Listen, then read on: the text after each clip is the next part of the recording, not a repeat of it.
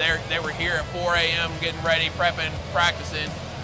We had kids here until 9 o'clock last night, cutting, prepping, practicing. Right. Like, it's just constant. Once these kids know that there's buy-in, that they've got a shot at this, and it's a good opportunity for something later, they're going to buy in and get down on it. Yeah, so we've got competitions all over the state. This is our 6th, I think, or 7th. Yeah, 5, 6, and 7. We've We got lost track. and I think that the last 2 months it's been every Friday we've had another competition, and I think we got a couple more. I'm excited. Our kids are doing well.